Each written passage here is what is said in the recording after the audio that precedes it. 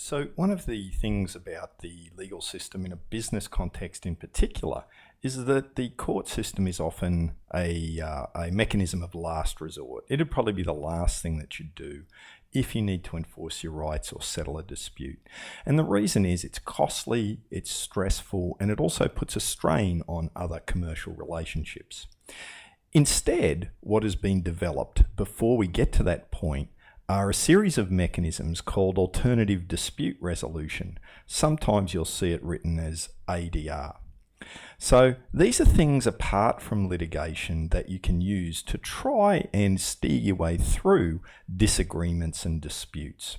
We're going to deal with 4 key mechanisms or 4 key dispute resolution mechanisms: negotiation, mediation, conciliation, and arbitration. It's becoming increasingly common, not just in Australia, but throughout the world, because it tends to be cheaper, faster, and less stressful than using litigation. It also, as we were saying before, can be less destructive to ongoing relationships, which is what you're trying to foster in business. From a societal perspective, it has a lot of benefits too, in that it releases pressure off the court system, and so therefore it costs the government less to actually resolve many of these disputes. So the core thing for us in BSB111 is to just understand what's available. And in fact, I think you can think of these mechanisms ranging on a continuum, right? At one end of the continuum, you would have negotiation. And negotiation is just where the parties are engaging directly or with each other. Okay, so it's only the 2 parties, and they try and negotiate to find a suitable solution to both of them. Now, if negotiation isn't working, sometimes parties move on to mediation. Now, in mediation, what we do is, for the first time, we bring in an independent third party, the mediator, to help them try and come to a conclusion.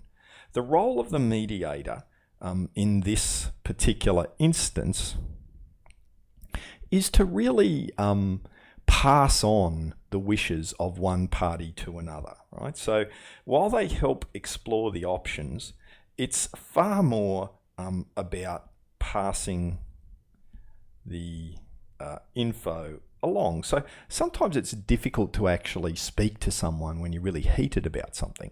Having a mediator which can pass the messages through is one mechanism of toning that down a lot. So it's really about that person exploring the options that that the parties themselves are going to raise, and maybe extending those a little. Now, as we move down the continuum from mediation to conciliation, the neutral third party who's still involved in conciliation becomes more active. One of the big things that the neutral third party starts doing is actually suggesting solutions. So really on this continuum, what we're getting is increasingly active third party, right? In negotiation, there is no third party. It's the 2 parties trying to do it. In mediation, we have someone in between passing on messages and maybe extending options. In conciliation, that third party starts becoming quite active and suggesting solutions, until finally we hit arbitration. Arbitration, what we have is an independent third party who both of the people who are in dispute agrees that third person, the arbitrator, can actually make a decision, and really importantly, it's binding, right? So you have to follow the decision. This is often used in things like building disputes, etc. But it certainly is a process that you can use to resolve disputes without actually having to go to court. So there are our 4 key alternative dispute resolution approaches that we need to know.